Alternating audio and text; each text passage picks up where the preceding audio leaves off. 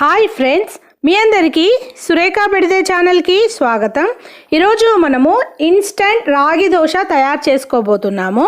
దానికి కావలసిన పదార్థాలు, అది ఎలా తయారు చేసుకోవాలో చూసే ముందు మీలో ఎవరైనా నా ఛానల్ సబ్స్క్రైబ్ చేసుకున్నట్టయితే వెంటనే సబ్స్క్రైబ్ చేసుకోండి. దాని తర్వాత ఒక బెల్ ఐకాన్ ఉంటుంది, దాన్ని క్లిక్ చేశారంటే నేను ఎప్పుడు వీడియో పెట్టినా మీకు వచ్చేస్తుంది.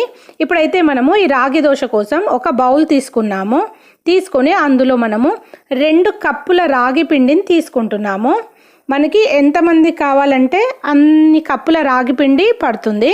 సో ఇక్కడ మనము 2 కప్పుల రాగి పిండి తీసుకొని ఇందులో మనం కాస్త పెరుగు వేయాలి. నేనైతే ఇక్కడ పెరుగులో కొన్ని వాటర్ వేసి దాన్ని కొంచెం చిక్కగా మజ్జిగలాగా చేసి వేసుకుంటున్నాను. ఎందుకంటే పెరుగు డైరెక్ట్గా వేసుకుంటే అవి అంతా దాంట్లో పిండిలో సరిగా కలవకుండా అది తెల్లగా అక్కడక్కడ వచ్చేస్తుంది. కాబట్టి ఇలా నేను మజ్జిగలాగా చేసి వేసుకున్నాను. దాని తర్వాత ఇందులో ఒక 1/2 స్పూన్ సాల్ట్ పడుతుంది. సో ఇవన్నీ వేసుకున్న తర్వాత మనం ఒకసారి మంచిగా కలిపేసుకుందాము.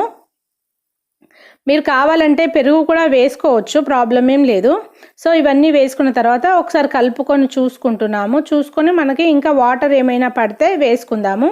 ఇదైతే ఇప్పుడు మనకి చాలా గట్టిగానే వచ్చేసింది. దీంట్లో మనము ఇంకా ఎలాంటి పిండి కానీ ఏమీ వేయట్లేదు, ఓన్లీ రాగి పిండితో చేస్తున్నాము. మనము దీంట్లో కావాలంటే రవ్వ, గోధుమ పిండి, మనకి బియ్యం పిండి కూడా వేసుకోవచ్చు. కానీ నేను ఓన్లీ రాగి పిండితోనే చేయాలనుకుంటున్నాను కాబట్టి ఇక్కడ రాగి పిండి మాత్రమే వేసుకొని చేసుకుంటున్నాను. ఇప్పుడు ఇది చాలా గట్టిగా ఉంది, దీంట్లో కొన్ని వాటర్ పడతాయి. మనం ఇప్పుడు ఇందులో కొన్ని వాటర్ వేసుకొని ఇంకా బాగా కలిపేసి పెట్టుకుందాము. ఎందుకంటే ఇది మరి ఎక్కువ పల్చగా వచ్చినా సరే మనకి దోశలు రావండి. చాలా గట్టిగా వస్తేనేమో మనకి దోశలు చాలా దొడ్డుగా మందంగా వస్తాయి. దానికోసమైతే మనము ఇప్పుడు దీన్ని కొన్ని వాటర్ వేసేసి చక్కగా కలిపేసుకున్నాము. ఇప్పుడు చూడండి, ఇది చక్కగా వచ్చేసింది, ఇలా సరిపోతుంది. దీన్ని మనము మూత పెట్టేసి 30 నిమిషాలు మాత్రం పక్కన పెట్టేయాలి.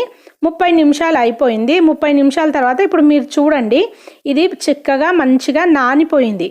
సో ఈ పిండి మనకి చక్కగా నానితే ఈ రకంగా గట్టిగా వస్తుందన్నమాట. పిండి నానకపోతే మనకు దోశలు అంత బాగా రావు. కాబట్టి మనం 30 నిమిషాల నుంచి గంట సేపు నానినా పర్వాలేదు.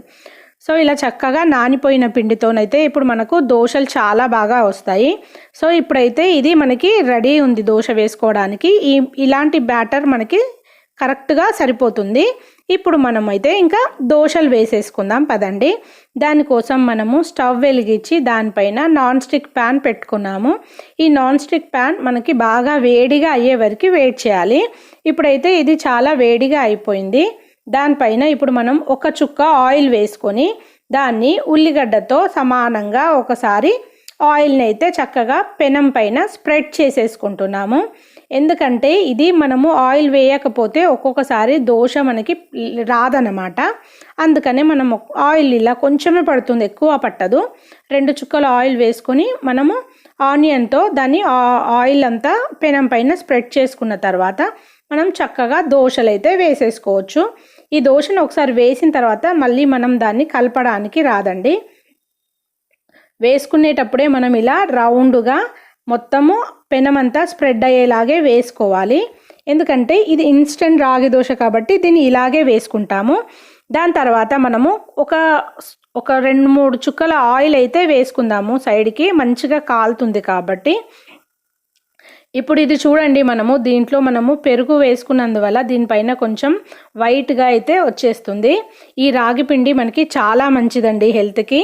అందరూ ఈ రాగిపిండి దోశలు తప్పకుండా తినాలి. అందులో ఎండాకాలం అయితే మనం ఇంకా తప్పకుండా తినాలి. బాడీకి ఇది చలువ చేస్తుంది. అందులో ఇంకా మనకి రాగుల్లో మనకి కాల్షియము, ఐరన్ ఉంటుంది. మనందరికీ ఇది హెల్త్కి చాలా మంచి దోశ అనే చెప్పాలి. ఇలాంటి దోశ మనము వారంలో ఒకసారి అయితే తప్పకుండా తీసుకోవాలి. మీరు కావాలి అంటే మినప్పప్పు, బియ్యము, రాగులు రాత్రి నానబెట్టి మిక్సీ వేసి మార్నింగ్ అలా కూడా వేసుకోవచ్చు. కాకపోతే ఇది ఇన్స్టెంట్ రాగి దోశ కాబట్టి మనం ఇప్పటికిప్పుడే దీన్ని తడుపుకొని పిండిని వేసేసుకోవచ్చు. కాబట్టి మనం ఎప్పుడైనా మనకి బ్రేక్ఫాస్ట్ ఏం చేయాలి అని అనుకున్నప్పుడు ఇలా ఇంట్లో రాగి పిండి రెడీగా ఉంటే మీరు ఇన్స్టెంట్గా రాగి దోశ వెంటనే వేసేసుకోవచ్చు. ఇప్పుడు చూడండి, ఇది నేను తిప్పేశాను కాబట్టి ఇది చక్కగా ఈ కలర్ వచ్చేసింది. ఇది మాడింది అనుకోకండి, దీని కలర్ ఇలాగే ఉంటుంది. ఎందుకంటే ఇది రాగి పిండి దోశ కాబట్టి మనకి ఈ కలరు మనకి కొంచెం బ్రౌనిష్ బ్లాక్ కలర్లోనే వస్తుంది. రెండో పక్క కూడా మనం ఇప్పుడు దోశని మంచిగా కాల్చేసుకుంటున్నాము. ఇది ఇంతకన్నా ఇంకా ఎక్కువ కాలాల్సిన అవసరం లేదండి. ఇప్పుడైతే మనకు ఈ దోశ ఇంకా కాలిపోయింది, రెడీగా ఉంది. దీన్ని ఇప్పుడు మనం సర్వింగ్ గిన్నెలోకి తీసేసుకుంటే మనకి తినడానికి దోశ రెడీ అయిపోయింది. మీరు దీన్ని అల్లం చట్నీతో కానీ పల్లి చట్నీతో కానీ చక్కగా తినేసేయచ్చు. చూడండి, మనకి ఇక్కడ ఎంతో యమ్మీ టేస్టీ రాగి దోశ అయితే రెడీ అయిపోయింది. ఇదండి మన ఇన్స్టెంట్ రాగి దోశ. ఈ వీడియో మీకు అందరికీ ఎంతగానో నచ్చింది అనుకుంటున్నాను. మీరందరూ తప్పకుండా ఈ రాగి దోశను ట్రై చేయండి.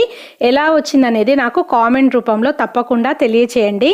ఈ వీడియో మీకు నచ్చినట్లయితే నా ఛానల్ సబ్స్క్రైబ్ చేసుకోండి, లైక్ చేయండి అండ్ మీ ఫ్రెండ్స్ అండ్ రిలేటివ్స్తో షేర్ చేయండి.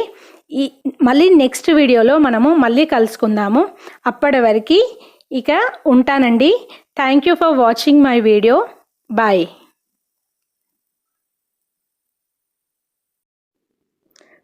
మీరు ఈ వీడియోకి లైక్ ఇచ్చినట్లయితే మాకు ఇలాంటి వీడియోస్ మంచివి చేయాలనిపిస్తుంది. అందుకే లైక్ చేయడం అస్సలు మర్చిపోవద్దు. ఒక లైక్ వేసుకోండి ప్లీజ్. Thank you. బాయ్.